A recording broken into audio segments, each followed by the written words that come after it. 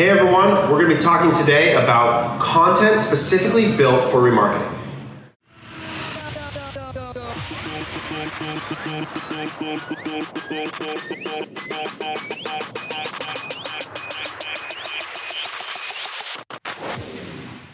Welcome back. Hope you all had a chance to check out our episode on the new and open positions that we have here at CTC. If you haven't, go watch that episode with Panayota and I. We'd love to have you apply for a job here at CTC, and you can hear a little bit about why we think it's such an awesome place to work.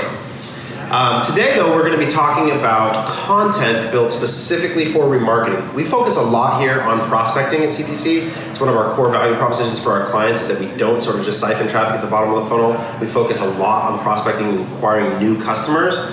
But today, I just got out of the strategist and digital media specialist room, our group of buyers, and some days in between meetings, I'll wander in there and shut the doors and just start brainstorming about ideas for how we can improve content and targeting and syntax and all sorts of different things related to our ads.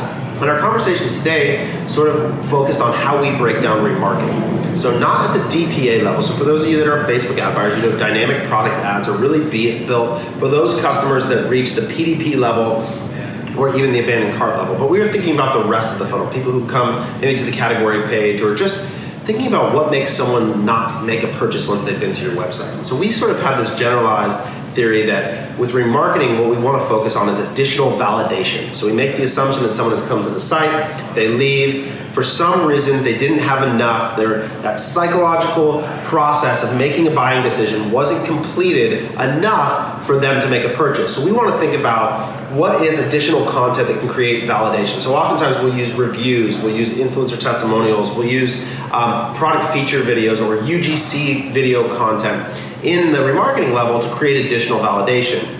Well, one of the things we came up with today that we think that we're going to start implementing is this idea of not just validation, but reduced friction. In other words, what are the things that may be preventing someone from being able to be sure of their purchase decision? And so we were talking about how we could potentially come up with and identify additional areas of friction for purchase. And so one of the ways that we came up with that I want to share with you today is to actually leverage your customer service team. So what I want you to do is I want you to go to whoever manages your customer service, and if it's you on your emails, go look over the last 30 days and document the number one most asked question from your customers pre-purchase. So somebody who has not yet bought, what are they asking? What are they not seeing on the website? What is not available to them to make a decision? Is it sizing? Is it something related to material? Is it washing? Is it your return policy? And whatever that number one question is, I want you to create a video answering that question and use it as remarketing. So if somebody, one of our clients as an example, Kalo, maker of the silicone wedding rings, they get a ton of questions around sizing. So what we were just saying is, what if as a remarketing ad, what we actually built was a focus on sizing to take this number one most common issue that people have and see if we could solve it. Or even then trying to find pages on your website of people who have clicked certain actions. In their case, if they visited the sizing page or the FAQ page or these sorts of things. But what your customer service database represents an entire library of potential problems and validation and friction that you could help solve.